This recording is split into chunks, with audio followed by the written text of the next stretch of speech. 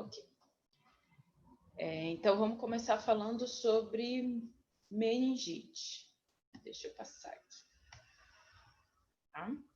Então, a gente vai começar falando sobre a meningite e como que a fisioterapia vai estar atuando nesse tipo de paciente. Antes da gente falar da meningite, a gente vai falar da anatomia, né? Para poder entender o que é essa meningite. Tá? Vocês lembram que a gente tem, né? A gente tem uma camada que vai revestir toda a nossa parte cerebral. E essa camada, esse tecido, a gente chama de meninges. Então, a meninge, ela serve de proteção, primeiramente de proteção. E essa meninge, as meninges, elas vêm logo abaixo do osso do crânio. Então, logo abaixo do osso do crânio, a gente tem a dura mater. Depois, a gente tem a aracnoide. A aracnoide, a gente tem uma parte que é denominada subaracnoide, é por essa região onde vai passar o líquido cefalorraquidiano. E embaixo dessa região, uma camada bem mais fina, que fica muitas das vezes colada com a parte cerebral, e a gente chama de pia mater, tá? Então, quando a gente tem uma meningite, a gente tem uma inflamação da meninge. Então, quando a gente tem a meningite, um conceito básico é inflamação ou da aracnoide, da pia mater e do líquido cefalorraquidiano, tá? A meningite é um processo inflamatório que vai se estender por todo o espaço subaracnoide em torno do cérebro e da medula espinhal. E ela também vai comprometer os ventrículos, tá? Então, no paciente, eu vou ter comprometimento dos ventrículos, porque essa região das meninges que eu vou ter essa parte dos ventrículos, por onde vai estar passando o líquido cefalorraquidiano, ok? Então, aqui a gente pode dar uma olhadinha, tá? No licor, ó. Esse é o líquido cefalorraquidiano, esse é o espaço subaracnoide. Quando a gente tem uma meninge inflamada, a gente vai ter tanto o líquido infectado, líquido contaminado, quanto a inflamação da minha própria meninge. Quem são os principais agentes etiológicos que a gente tem? A gente tem as meningites bacterianas e a gente tem as meningites virais. Quando a gente tem as meningites bacterianas, a gente tem os principais agentes etiológicos envolvidos. A Neisseria meningitidis, Haemophilus influenza e os streptococcus. Quando a gente tem uma meningite bacteriana, a gente tem esses principais envolvidos. Ah, professora, pode ter outros? Sim, mas só que a gente geralmente tem esses três envolvidos no processo inflamatório. Quando a gente tem as meningites virais, a gente pode ter o vírus enterovírus, que é o vírus de RNA, vírus do sarampo, vírus da cachumba, vírus do HIV. A gente pode ter também os vírus de DNA, o adenovírus, vírus do herpes, varicela zoster e Epstein-Barr. Tá? Então, a gente tem uma porrada de vírus aí envolvidos. O que vai acontecer? Como é que o meu paciente como é que ele vai adquirir esse processo inflamatório na meninge? Eu vou ter o ingresso direto a partir do trato respiratório superior. Então, o paciente ele vai inalar, né? Seja a bactéria, seja o vírus, ele vai inalar o mecanismo invasor. Ou então eu vou ter uma porta de acesso, que vai ser a pele, através de um defeito anatômico. Isso daqui pode ser uma ferida aberta ou uma via de acesso, de contaminação. E aí ele vai passar pelo crânio através de veno na nasofaringe, tá? Então, quando eu tenho pelo trato respiratório superior, nessa parte superior do trato respiratório, e vai conseguir passar através do crânio por essa região da nasofaringe. E eu vou ter uma disseminação a partir de um foco contínuo de infecção. Então, a partir daí, o meu vírus ou a bactéria, ela vai se replicando, tá? A gente vai ter o foco de disseminação. E a gente pode também ter a meningite hospitalar ou uma bacteremia sistêmica. Então, esses são os nossos principais mecanismos fisiopatológicos. Um exemplo é o pneumococo, que vai aderir à superfície mucosa e vai sintetizar a imunoglobulina. Essa imunoglobulina que ele vai sintetizar, o pneumococo, ele vai inativar a defesa do anticorpo local. Então, esse vírus ou essa bactéria, eles vão sintetizar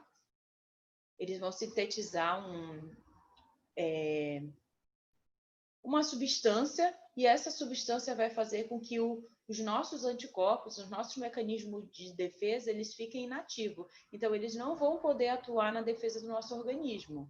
E aí, o agente agressor, ele começa a se reproduzir, a se replicar, a invadir cada vez mais essa região das meninges.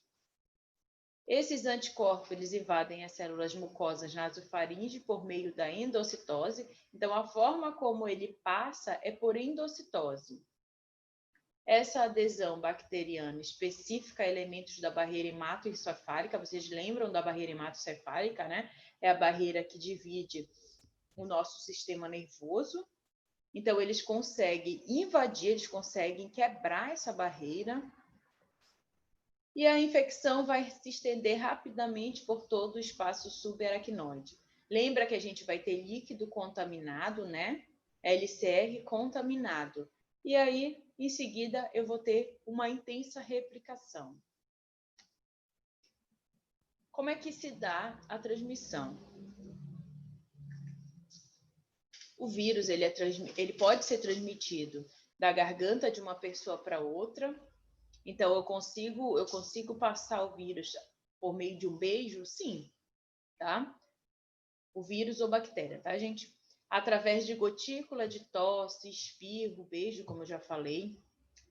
O meningococo na garganta pode ser retransmitido e a meningite atinge pessoas de todas as idades, mas principalmente crianças menores de 5 anos, tá? Então, não tem uma idade específica, só que o que a gente observa é uma prevalência maior em crianças menores de 5 anos. Período de incubação. Quanto tempo o meu paciente ele fica pode ficar sem ter sintomas? De 2 a 10 dias. Então, esse vírus ele consegue ficar incubado até 10 dias, tá? E aí a gente vai ter um período de transmissibilidade que vai ser variável. Se durante esse período de incubação o meu paciente ele pode transmitir, depende, tá? Não posso afirmar que ele vai estar realmente transmitindo, tá bom? Então esse período de transmissibilidade ele é muito variável. E suscetibilidades, quem é mais suscetível a ter a meningite? São crianças menores de 5 anos, a gente vai entender um pouquinho mais lá na frente por quê. Sintomas típicos: febre alta, rigidez na nuca, intensa dor de cabeça e prostração, que é aquele paciente que fica acamado, que fica prostrado, que não tem força para nada. É basicamente esse tipo de paciente, prostrado, tá? Então, quando a gente pode desconfiar que um paciente é um paciente de meningite? Quando ele tem sintomas de infecção, que é a febre, associada a sintomas neurológicos. Então, muita dor de cabeça, muito vômito e febre alta. A gente não está falando daquela febrinha de 37,8, 37,9. A gente está falando de uma febre realmente alta. E aí, aquele sintoma clássico, né? Rigidez na nuca. Então, geralmente, pede para o paciente tocar o queixo na região do externo. E aí, aquela nuca rígida, então dolorida. Paciente tendo sintomas neurológicos associados à infecção, febre, pode desconfiar de um quadro de meningite. Manifestações clínicas, como é que a gente observa no paciente, né? Crianças até 9 meses, a gente vai observar febre alta, choro persistente, um grito meníngeo, que é aquele grito agudo, fino, tá?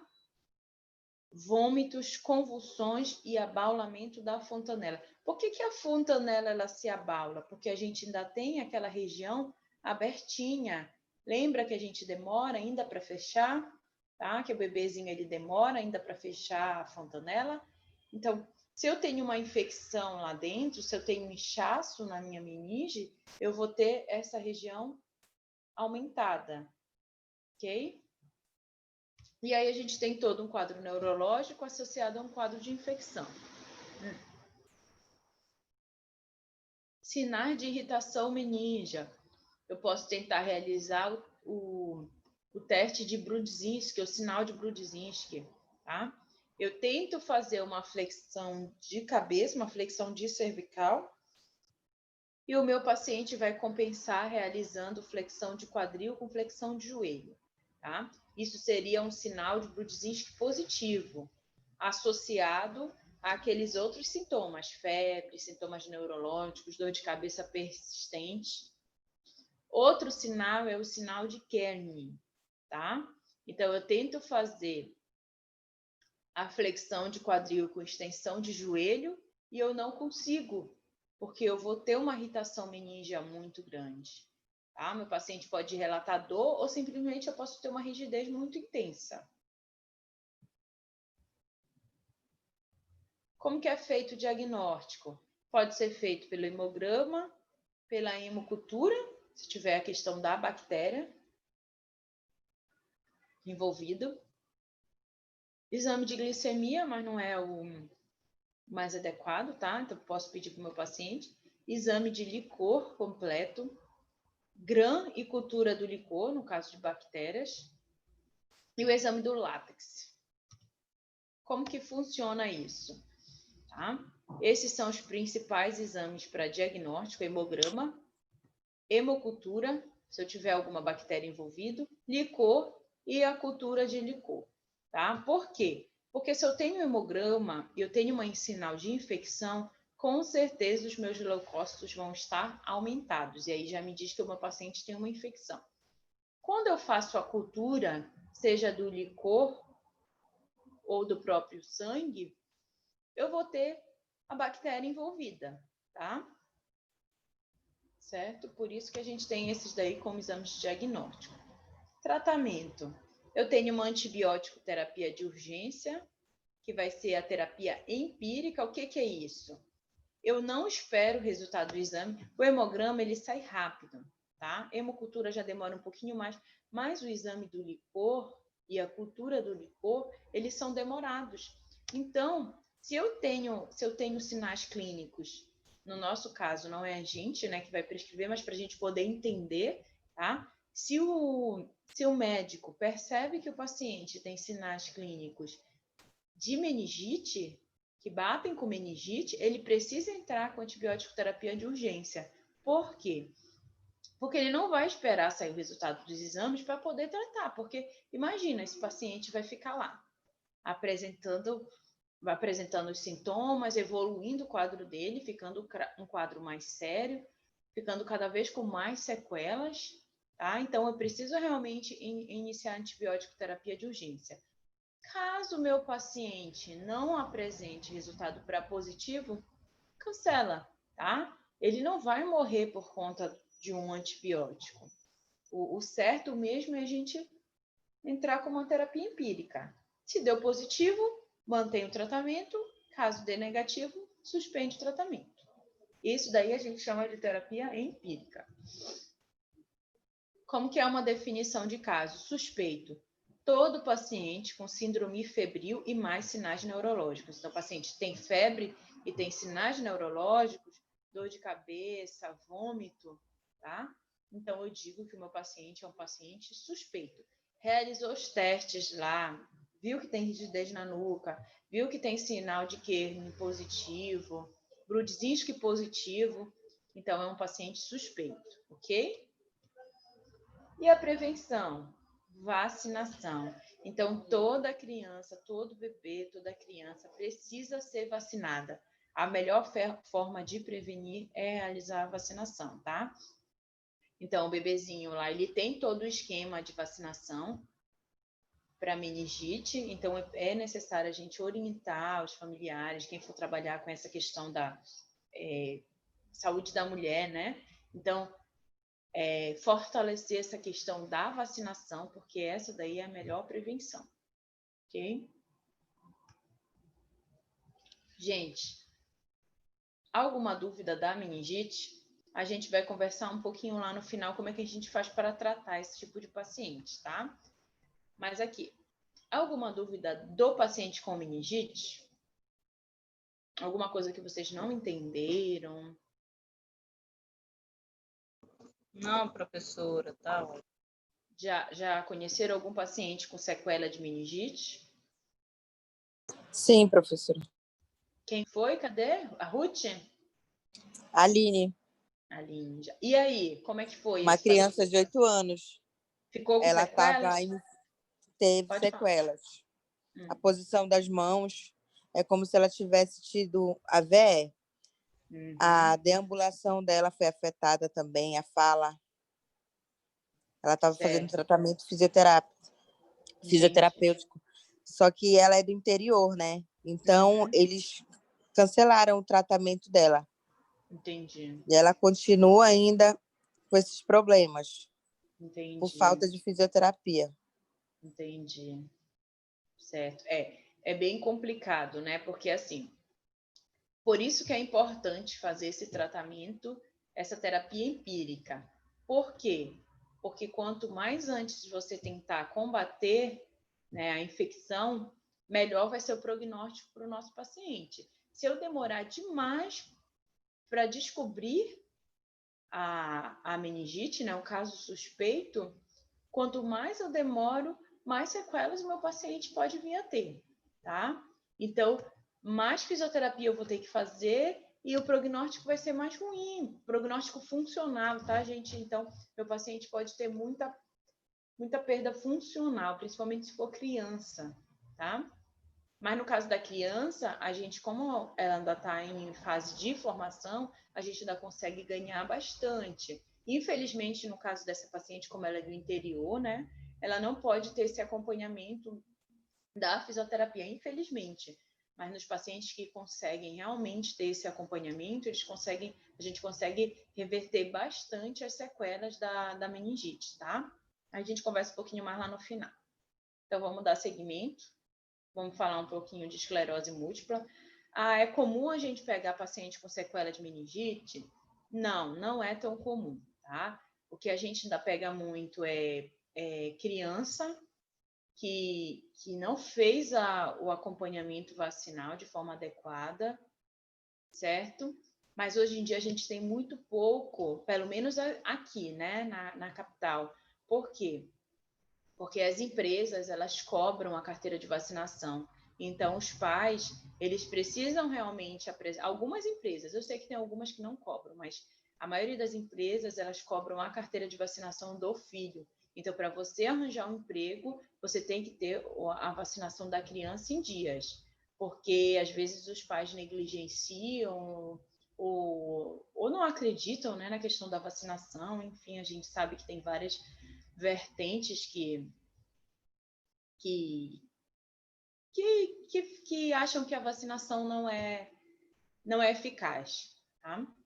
Então, muitas empresas já cobram, e isso é de extrema importância, porque evita, né, a maior prevenção, a gente viu que é a questão da vacinação, tá? Mas aí no interior acaba que, em alguns casos, a criança não é vacinada e acaba adquirindo a meningite.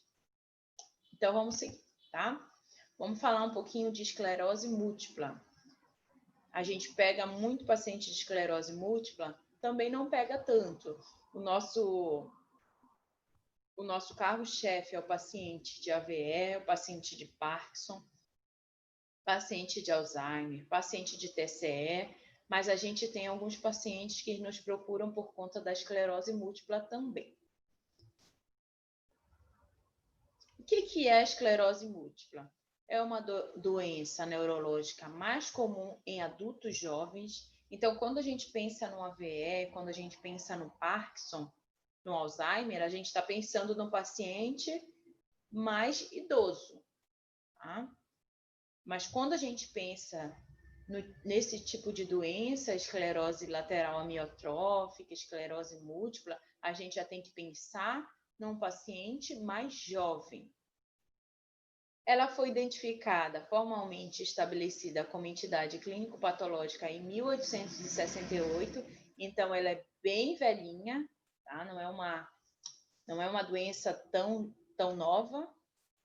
Quem identificou ela foi um neurologista francês, Charcot, Jean-Martin Charcot, e ele chamou a doença na época de esclerose em placas.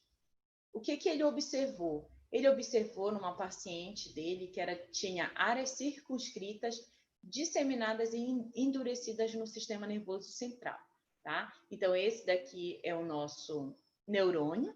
Aqui a gente sabe que a gente tem o corpo do neurônio, aqui a gente tem os dendritos e aqui a gente tem o axônio. No axônio, a gente vai ter a bainha de mielina, tá? Opa, sumi uma setinha, só um instantinho. Tá, voltou. Então, aqui no axônio, a gente vai ter a bainha de mielina. Na bainha de mielina, na esclerose múltipla, a gente vai ter destruição da bainha de mielina, tá? Então, o nosso próprio organismo, ele começa a atacar a nossa bainha de mielina. Inicialmente, como é bainha de mielina, inicialmente o nosso paciente ele vai ter sintomas brandos, vai começar muito leve.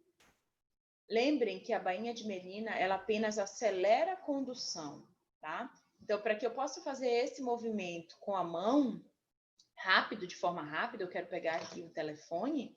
Então, para que eu possa fazer esse movimento com a mão, rápido, eu preciso de uma condução nervosa íntegra, tá? Porque eu vou ter uma resposta rápida. Então, ligaram para mim, ok? Eu atendo de forma rápida. No paciente com esclerose múltipla, o que ele vai começar a perceber? Que ele vai ter fraqueza. Então, esse movimento que ele fazia rápido, ele já não faz de forma rápida. Ele já vai começar a fazer de forma lentificada. Ele vai começar a sentir fraqueza na mão, fraqueza no braço. Pode afetar a sensibilidade também. Ele vai começar a sentir alteração de sensibilidade nos pés, na mão. Então, não começa de forma abrupta, começa de forma progressiva. Começa de forma branda até uma forma mais severa. Até chegar um momento em que eu não tenho mais, eu já destruí toda a minha bainha de mielina, eu vou começar a destruir o meu axônio. E aí eu não vou ter mais condução nervosa. Ela é uma doença desmielinizante, né? Falei para vocês que eu vou ter destruição da bainha de mielina. Uma doença desmielinizante de natureza inflamatória, crônica e progressiva, tá? Então, eu vou ter um paciente que vai atuar de forma crônica e progressiva, então vai ser do menos para o mais, tá? Então, vai evoluindo sempre de forma mais avançada. A destruição da bainha de mielina e a degeneração axonal resultam em lesões dispersas no sistema nervoso.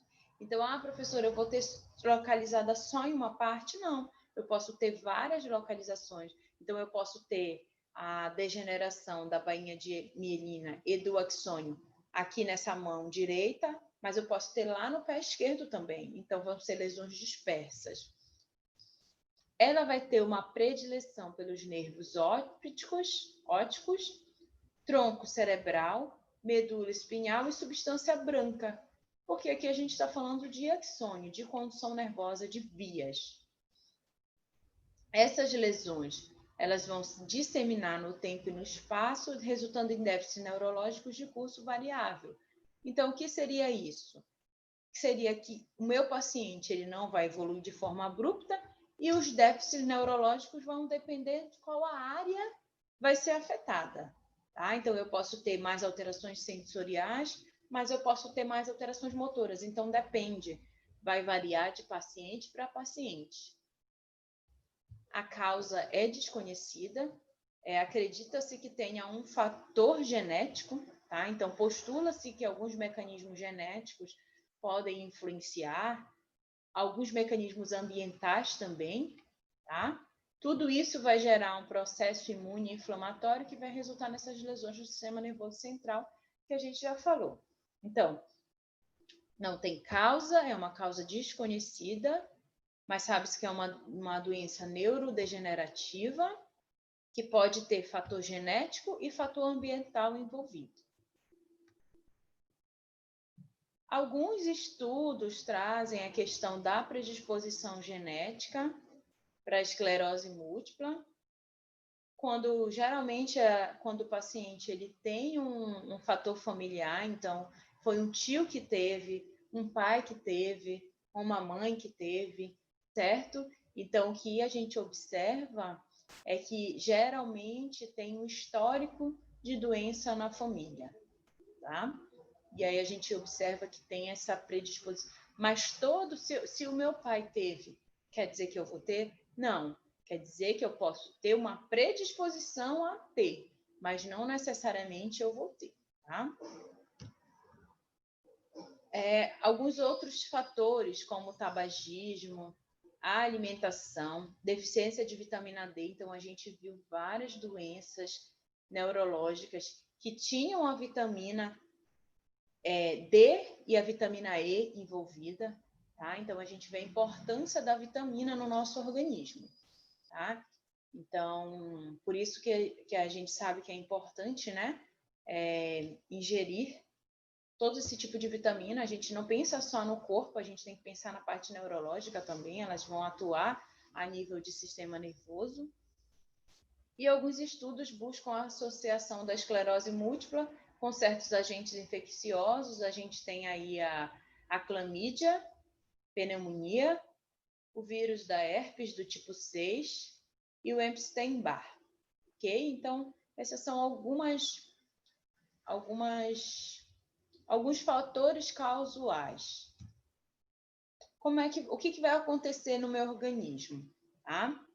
Então, a gente tem as células de defesa, né? Que atuam no nosso organismo, tá? Só que essas células de defesa, quando a gente tem a esclerose múltipla, elas vão começar a atacar elas ficam doidas, elas começam a atacar a nossa bainha de mielina, tá? Então, elas começam a produzir uma quantidade muito grande de citocina. Essas citocinas, elas começam a atacar a mielina, elas são células que estão programadas para combater agentes invasores, né? Bactérias, vírus, bactérias, mas aqui elas ficam malucas, então elas começam a atacar a nossa própria bainha de mielina. E elas começam a causar destruição. Vai chegar um momento em que essa bainha de mielina ela vai estar tão destruída que eles não vão ter mais o que atacar, eles vão começar a atacar o axônio, tá? Quando ele começa a atacar o axônio, eu perco totalmente a condução nervosa. Quando ela ataca a bainha de mielina, eu tenho fraqueza, mas ainda tenho condução nervosa, porque o meu potencial de ação ele vai passar de forma lentificada. Mas quando eu tenho destruição do axônio, aí eu não tenho mais condução nervosa, tá? Então, os sintomas eles vão depender muito do local afetado, tá? Dependendo do local afetado, do tipo de condução, é que eu vou ter os sintomas. Tanto que eu posso ter vários sintomas, tá? Então, isso é muito variável de paciente para paciente, vai depender de que local ele tem afetado. Os sintomas na esclerose múltipla, eles são bastante debilitantes, tá? Então, o paciente, no início da doença, ele começa a apresentar sintomas leves, mas à medida que a doença vai avançando e é uma doença que não tem cura, então a gente sabe que é uma doença crônica progressiva, o prognóstico ele não é bom, tá? Tem um prognóstico ruim. Então, no final, nas últimas fases, o paciente ele fica muito debilitado. Pessoas com casos graves de esclerose múltipla podem perder a capacidade de andar ou de falar claramente, né? O paciente ele tem alterações da fonação. Nos estágios iniciais da doença, a esclerose múltipla pode ser de difícil diagnóstico, uma vez que os sintomas aparecem com intervalos, e o paciente pode ficar meses ou anos sem qualquer sinal da doença. Então, não sei se vocês lembram de um gráfico que eu mostrava para vocês, que o paciente ele tinha sintomas, Aí ele passava 2 ou 3 meses sem sintomas. Aí os sintomas voltavam, só que voltavam num nível mais elevado. Então, é assim que funciona. Então, aqui, em janeiro, fevereiro e março, deixa eu só ver se vai dar para aparecer aqui a minha mão. Tá, ok, tá dando para ver. Então, em janeiro, fevereiro e março, o meu paciente começou a ter sintoma. Ele teve uma fraqueza no membro superior, tá? E aí ele começou a ter dificuldade para pegar no copo, para beber água. Só que esses sintomas, eles deram uma pausa, eles não evoluíram, tá? Eles até regrediram um pouco, ok? Então, os sintomas, eles apareceram, eles tiveram uma regressão, uma estabilidade. Em março, né? Janeiro, fevereiro e março, ele teve sintomas. Então, ele passou abril, maio e junho sem sintomas. Quando foi em julho, esses sintomas voltaram, só que eles voltaram mais severos. Então, antes ele conseguia pegar num copo, em julho ele já não conseguia pegar num copo. Então, é mais ou menos assim que a doença ela vai progredindo, tá? Sempre de sintomas mais leves até sintomas mais severos. Pessoas com esclerose múltipla tendem a apresentar os primeiros sintomas na faixa dos 20 aos 40 anos. Então, foi o que eu falei, adultos jovens, tá? Alguns podem ir e vir, enquanto outros permanecem. Então, eu posso ter sintomas que vão regredir, outros vão estabilizar, e depois de um tempo eles vão voltar de forma mais severa, ok? É sempre assim que acontece. E os meus sintomas gerais? Os meus sintomas gerais são visão turva ou dupla, meu paciente pode se queixar de fadiga muscular, o paciente também pode ter queixa de formigamentos, perda de força muscular, falta de equilíbrio, espasmos musculares. Mas por que tantos sintomas? Como eu falei para vocês, não é uma receita de bolo. Depende do meu paciente, depende do meu organismo, depende de como essa doença ela vai se manifestar, ok? Meu paciente pode ter dores crônicas, pode ter quadro depressivo, dificuldades cognitivas, problemas sexuais, incontinência urinária. Então, tudo isso vai variar. Vai variar da área afetada. Aqui a gente tem até fatores psicológicos, né? Então, o paciente que era um paciente ativo, que costumava se deslocar com facilidade. Então, cada vez que a doença vai progredindo, o paciente ele tende a ter sintomas psicológicos agravados, né? O paciente ele tende a ficar cada vez mais dependente. Então, tudo isso vai afetar o psicológico dele. Por isso que, às vezes, o paciente ele tem quadro de depressão. O paciente neurológico é um paciente que demanda todo o cuidado de uma equipe multiprofissional. Vocês já viram aí, quando eu mostrei para vocês, várias doenças neurológicas que o paciente ele tem alterações de fonação, tem alterações de deglutição, tem alterações psicológicas, tem alterações de movimentos finos, atividades de AVD, de movimentos funcionais, né? Então, vocês viram que o paciente neurológico ele é diferente do paciente de trauma, porque ele demanda toda uma equipe multi. Dificilmente o paciente neurológico ele vai fazer só fisioterapia.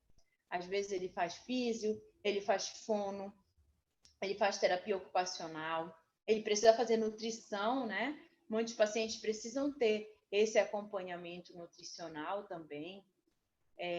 São pacientes que demandam uma equipe grande para poder controlar, né? Para poder acompanhar ele.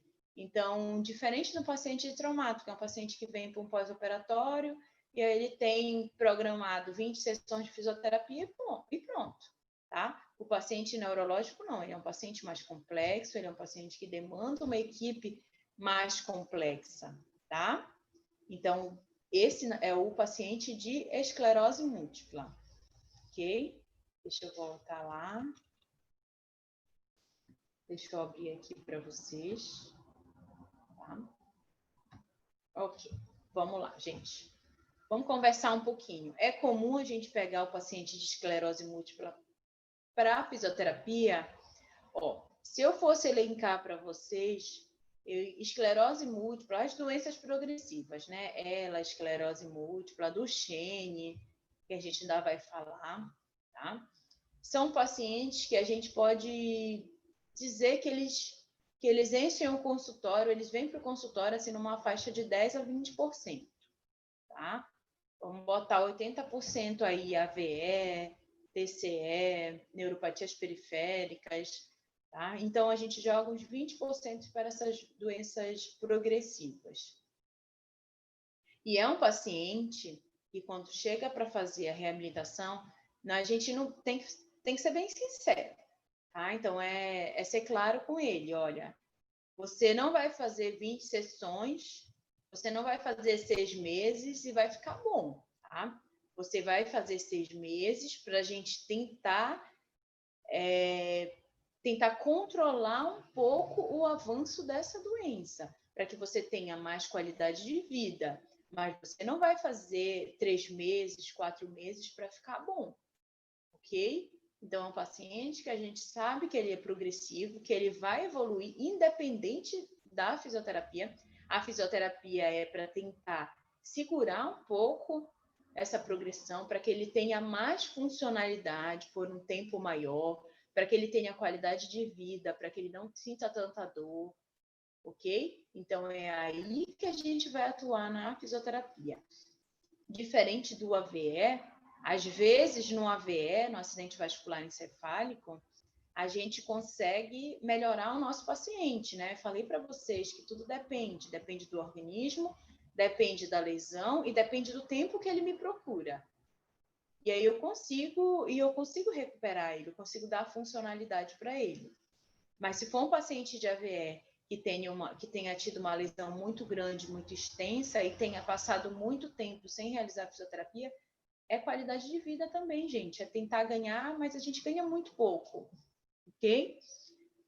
No paciente de esclerose múltipla ou das doenças neurodegenerativas progressivas, é assim, a gente não vai conseguir recuperar ele. A gente vai conseguir segurar um pouco, dar funcionalidade e fazer com que ele tenha qualidade de vida. Mas a gente precisa ser claro, tá? Essa é a fisioterapia na esclerose múltipla. Na meningite, às vezes, a gente consegue combater as sequelas. Por quê? Porque eu tinha uma inflamação, eu tinha uma contaminação, eu tinha um vírus e uma bactéria atuando ali, certo?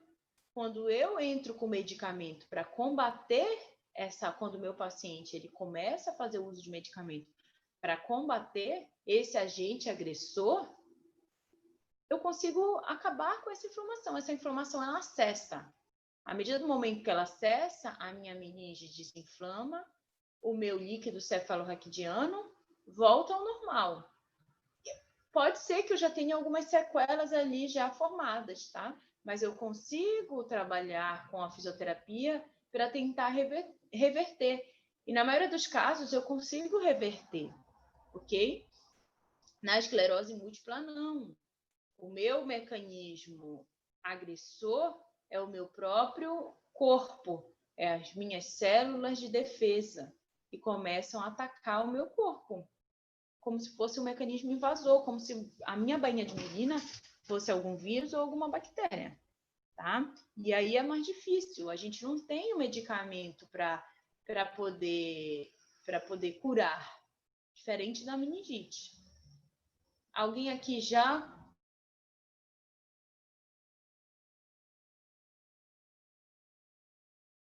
Já, professora.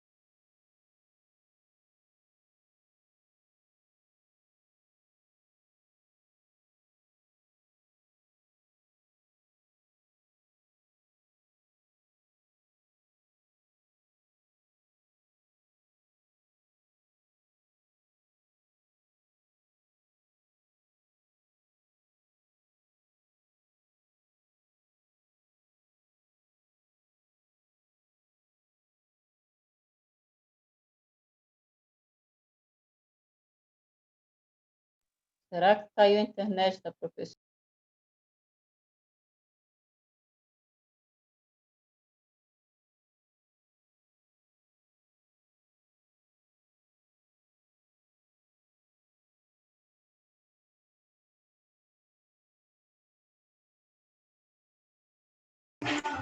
Caiu da professora, foi?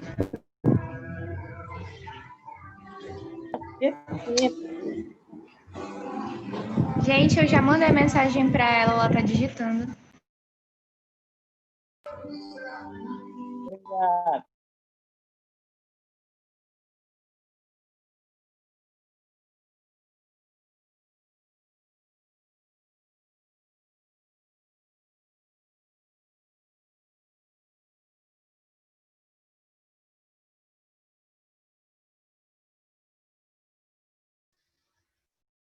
Pronto, voltei. Estão me escutando? É a minha internet que caiu, tá? Tá, professora, estamos... Então tá. Então, gente. E aí, alguém, quem quer? A Aline já falou, né? Que a Aline pôde vivenciar. Eu também, o irmão do meu namorado, ele tem esclerose múltipla. E ele tem 50 anos